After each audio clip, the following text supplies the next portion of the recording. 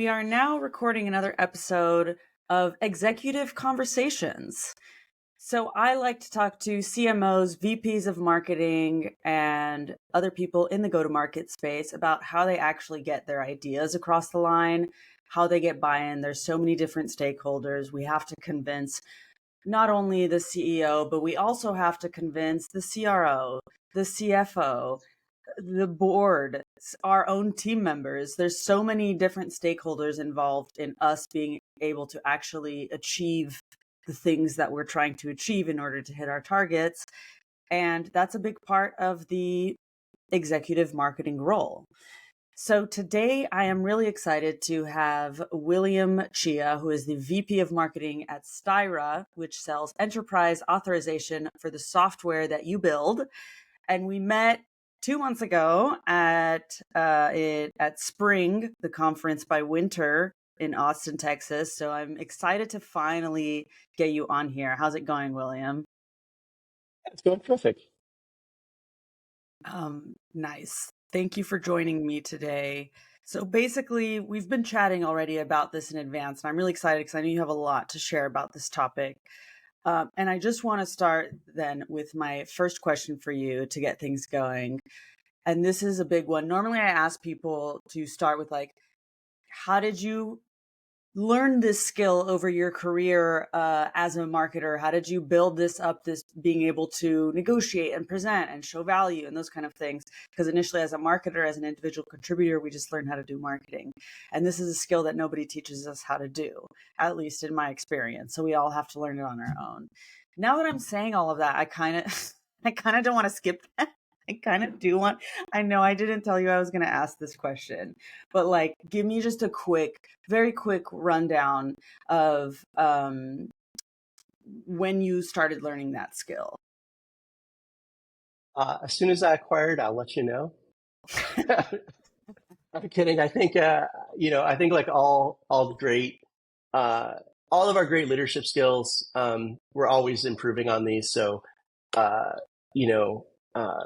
communication, persuasion, buy-in, collaboration, all of these are they're lifelong. Like you're always going to get better at them. So, in seriousness, when I think about in my career, where did I test my mettle on this and what elements have contributed to my ability to, get buy-in from others. And for me, as I ended up in the, executive seat leading a marketing organization, I feel like I had a lot of advantages, relative to some of my peers. And we were chatting about this in the pre-show, where I tell people I grew up in product marketing. So I came in through product marketing, and there are different analogies for what is product marketing. And one of them that I both like and dislike is that there's this one analogy that says the product manager is like the CEO of their product. They're like the buck stops with them. They're the CEO of the product. And as such, the product marketing manager, the PMM, is then the CMO of the product. And in my career, in my time at Twilio, we really functioned this way. Each product team was autonomous, and the PM was responsible for revenue. They functioned in this way. So it's a great analogy in terms of ownership, but it's a terrible analogy because as a PM and as a PMM, no one reports to you. Right? You don't have, yes, the buck stop with you. Yes, you're ultimately responsible. You need to have high ownership of your products, but you don't have a team to go get that done almost all of the time. So as a product marketer for most of my career, it is all leadership by influence. When you do a product launch, which is something that most people know. Product marketers, this is what they do. And I've done I've done a lot. You were trying to get everybody in the org on board to go and do this project together. But nobody reports to you. You can't just go do this. You have to go and literally convince everybody to come be a part of what you are doing and what's in it for them and why this is a good thing for them to participate and contribute to. And so that entire skill set of persuasion, getting lots of different people on board with different agendas and different goals and trying to get them all to go in one direction it's kind of something I've just been doing from the get-go for many, many years. And so when I land in my current seat and I have to do that, it's old hat to me. But I realize, like, for a lot of folks that maybe they grew up in a part of marketing where they, um, you know, it was a bit more, focused, and they didn't have to get as broad and diverse stakeholders on board. So it's kind of some of my background on where that knowledge comes from, or that skill set, I guess you could say. Yeah, that's very interesting. I was speaking last week. I was at SaaStr in London. I was speaking to a couple of product managers, or the Mm-hmm. product marketers. I can't remember which one they were. There was two of them, and I think one was one of each. And we were actually talking about this, and it seemed, yeah, there's so many different stakeholders that they have to bring on and convince, not only executives, but just so many people, especially if they're borrowing resources from another department. It's a lot of different kind of convincing to do. What's in it for me? So I can see why you would have built that skill working in product. So if you didn't report, who do you report to now? So I report to the CEO currently. The CEO. So I know you have strong opinions about the reporting structure. And my question was going to be, if you didn't report to anyone, how would your go-to-market motion be different to what it is right now? And I know just tell me about your opinions here and your experience. So reporting structure, yeah, I think a lot of people have strong opinions, and what I often hear in the the LinkedIn verse is every function needs an executive. If you don't have an executive, this function will completely collapse on itself and it'll be a complete failure. So I've heard this out of product marketing, which I said is like my history and a great love of mine. And case in point, like, sometimes product marketing reports into marketing. Sometimes it reports into product. Sometimes it reports even into sales. And great product marketers get things done regardless of that reporting structure. So that's also maybe a little bit of my bent, where I've seen great product marketers go and kick tail and get things done, and it didn't matter what part of the org they were in. And then other people are like, product marketing needs its own executive. You need a chief product marketing strategy officer, and I'm like, I don't think you do. I heard this about design the other day. If you're UX org, if you don't have a chief design officer, you're a complete failure and everything will collapse. And I'm like, how many C-suite executives are we going to have? Right? Like, how big can the C-suite get? So I don't think the answer to every problem is another C-suite executive. I don't think that the answer to every problem is reporting structure. And so I wouldn't go as far as to say it's completely irrelevant.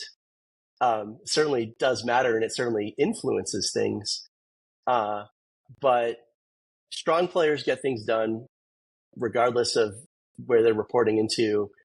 And what's more critical to me is strategic alignment than reporting structure. And so, as an example, in my current role, like, I report into the CEO. My CRO is a peer of mine. Like, the three of us have a great relationship. We all worked together at a previous company, and we have high strategic alignment, and it allows us to go and execute in a highly aligned fashion. In my last company, when I was there, I was a product marketing leader, but we didn't have a marketing leader, and I reported into the CRO. And so in that company, I reported to the CEO, and then I reported to the CRO, and then I reported to a VP of marketing that we brought in there. Not all at the same time. No. Sorry, in different phases. Okay. Right, in different stages. So the general idea is, like, within one org, I had the same role, but I reported to different people. And even just comparing this of, like, reporting to like a CRO whose great CRO, is amazing CRO, and their background was largely in sales.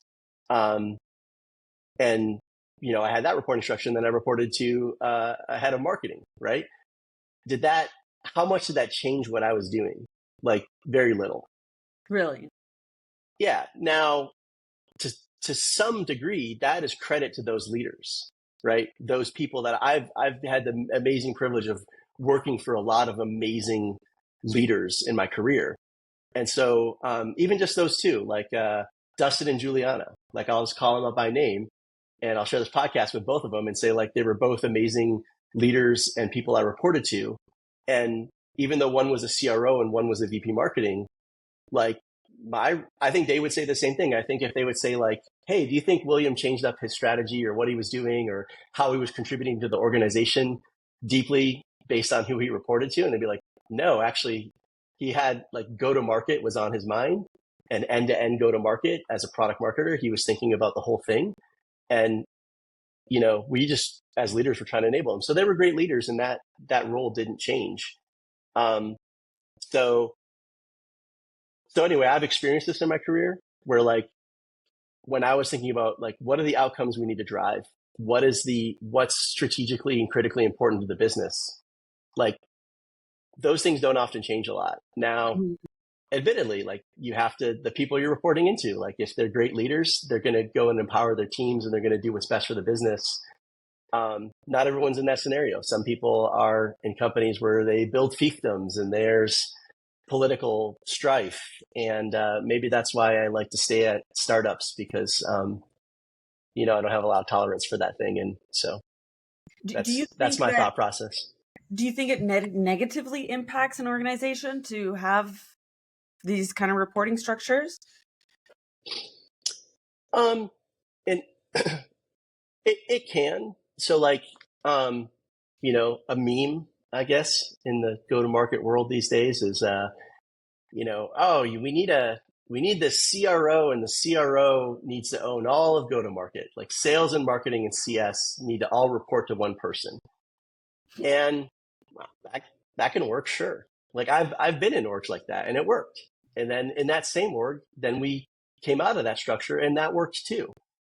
And for us in that org, it wasn't about like making the reporting structure fit the strategy. It was more about who's our personnel, what's the team that we have, what are the skill sets of those people. Like the reporting was more about that than it was, and the strategy was separate from that reporting structure, right? So if you're trying to like force your strategy in a reporting structure, well, then it can be detrimental. For example, how many times have we heard like, oh, well, we tried to do this go-to-market alignment thing. We really think sales, marketing, and CS should all be aligned. That's important. So we stuck them all under one person and it didn't work. Shocked Pikachu, right? Like, oh, we're so shocked that it didn't work. Well, of course it didn't work because the reporting structure is pretty irrelevant when compared to strategic alignment, right? So if you put it under a great leader who, you know, is capable and whose charter of aligning that, and they're able to do that, it's the alignment that makes it work. Right. It's not the reporting structure. And I think everybody would agree with that. You have said strategic alignment now many times. Like 100 times. And you did mention that you got lucky. I don't remember if you said in this company or the last company, but because all three of you already knew each other and have worked together before. Is that now? That's my current role. Is I have the privilege of being with, you know, old friends, kind of speak. That is a privilege. Have you been in a scenario where you did not have strategic alignment? Oh yeah. Oh, absolutely. And tell me about that. How you tried to do it. That's a great question. I love how you just poke right into that. Yeah. What if you're in a place where you're with you're not with an old team that you've executed against before and you're trying to do new things and you don't have strategic alignment? Well, I think there's like, basically two choices. You need to either say like, this org's not for me, right? And go and move on and go to some place where you can thrive. Or you can say, well, I may not agree, or there's not alignment today, but I believe in this leadership. Therefore, I will disagree and commit. And you know, I think this is an ethic that comes out of Amazon. I think it's a Jeff Bezosism. Disagree and commit, or commit and commit. Disagree and commit. Yeah. Right. So it's kind of like I don't. And this was a core company value in my time at GitLab, right? So in my time at GitLab, we had many different marketing leaders and a lot of change. I was there for 4 years, and I mentioned this when I showed up. We had 200 employees. 4 years later, we had 1,500 employees. So when you go through the 7x growth, it's almost like being at 7 different companies in the course of 4 years. It's constantly changing. So some of my time there, things were really humming along, in my opinion. Some of the times I was there was like chaos and problems and misalignment, right? But at the end of the day, like I believed in my leadership, and I said, okay, like I don't agree with this, but I will just commit to executing it. So I think if I tend to like and gravitate towards this kind of command and control model, where you have somebody who's responsible for something and the buck stops with them and they make the call. And if it's their decision, then, I'll provide my input and they can either listen to it or they can not listen to it, and they move along. And some of that is company culture, right? So at GitLab, that was fundamental to how we operated there. We assigned somebody that we called a directly responsible individual. This ethic comes out of Apple. You have a DRI, a directly responsible individual. The buck stops with them. They make the call. Everybody else gets on board. I've worked at other companies that were very different, that were collaborative, that it was very important in the organizational culture that everybody buy in and get on board. And there's pros and cons to both. This kind of what I would call consensus-driven decision-making tends to take longer. Yeah. And so for me in my career, I've spent a lot of time at startups. And when you're up against, Amazon and Apple and the big companies, your competitive differentiator is your speed and agility. And so for me, like fast decision making, the ability to just drop your ego and say, I'm going to buy in and commit. And then the commit part is really important, right? Like it's, you have to drop your reservations and say, okay, like I'm going to do what you asked me to do. I can cite an example of that. Like, when did I have to disagree and commit? Is that, I see like the look on your face, like, when did you have to do this? I'll share one story. Okay. So the last thing I did at Twilio before I left Twilio was I built their competitive practice. Prior to that, competitive lived in each individual product marketer, but I started the first centralized competitive practice, and then I left Twilio and I went to GitLab. And so the first thing that I showed up at GitLab, and my CEO asked me to do some competitive intelligence. I said, great, this is exactly what I just spent the last several months doing. Like, I'm really good at this, and I'll go and make this happen. And then he says, and put it all on the website. And I said, really? All of it? You mean like the highlights? He's like, nope, everything. And I'm like, this makes no sense. I was like, don't you understand how competitive I know better than you, don't you? Right? Like I didn't have this attitude, but like we often do, right? Like, I know what I'm talking about. I'm a competitive expert. Like, this is not how it's done in the industry. The way it's done is you keep these cards very close to the chest, and you don't want your competitors to know what your competitive strategy is. And my CEO says, this is how we do it. Like, we are a transparent company. We're an open source company. We don't just open source our code. We open source the company. So it's got to be public. This was scary for me. I can't think of a thing in my career that I disagreed with most. This was like a month into GitLab, and I said, what did I get myself into? And I was like, okay, but my even more fundamental than my beliefs about what was right or wrong for that tactic was my more fundamental belief that, like, I've joined this company because I believe in it. I believe in this leader deeply. And even though I really vehemently disagree with them, I think this is absolutely the wrong decision. I will disagree and I will full on commit. So I put all that information. We made a ton of web pages. Well, guess what happened? Guess who had the most amazing SEO for every competitive search? Because the content wasn't a bunch of fluffy BS, stuff. It was this hard hitting. We put the good as well as the bad. It was all out there publicly. And then what was really even amazing is we allowed anybody in the world to submit a change to our website, I know, it's crazy, right? The same way you would submit code to an open source, like anybody can contribute to an open source code. Well, if you're a competitor, you can submit a PR, a pull request, you can submit code. They might reject it. The maintainers of the project might reject that code, but like anybody can offer. Well, lo and behold, what happens is the product manager of Microsoft, who at the time had a competitive product, they were like, your description of Microsoft here is not accurate. Here's a recommendation. Why don't you say it this way? And they actually did that a couple times. So here I was as a product marketer responsible for competitive intelligence. And never, ever in my career before or since have I ever had my competitors do my job for me. Right? Right? Like, what are the challenges? How do I keep this up to date? How do I make sure it has credibility?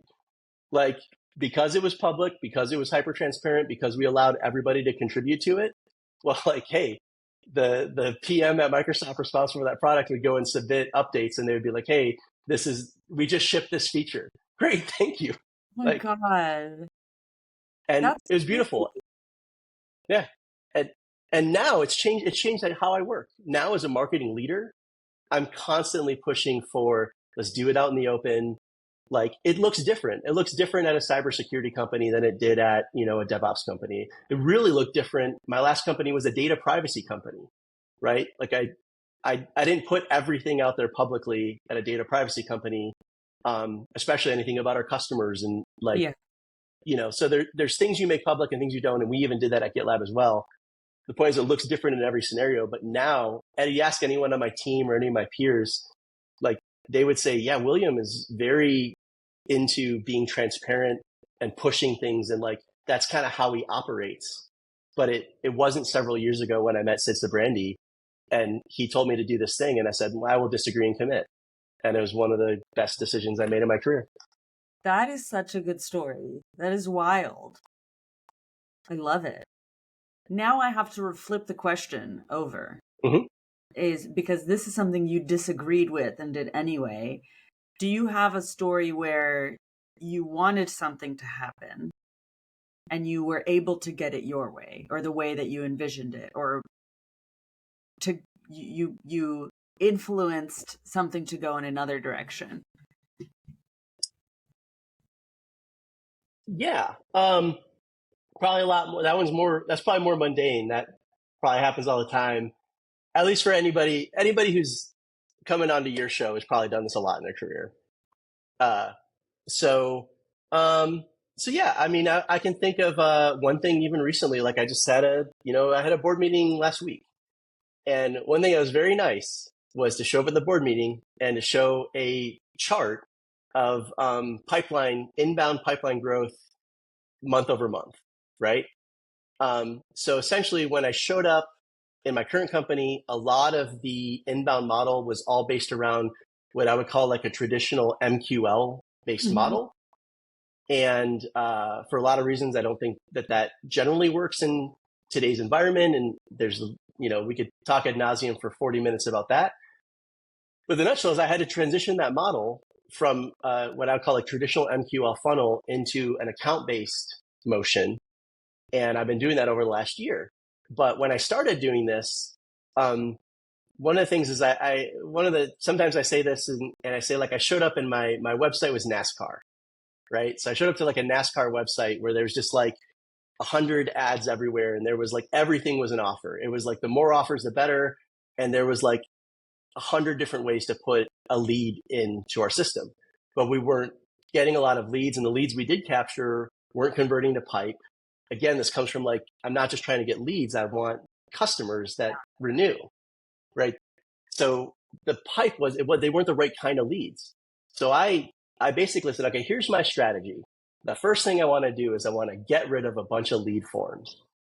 And so then they're like, does that mean you're going to get less leads? Yes.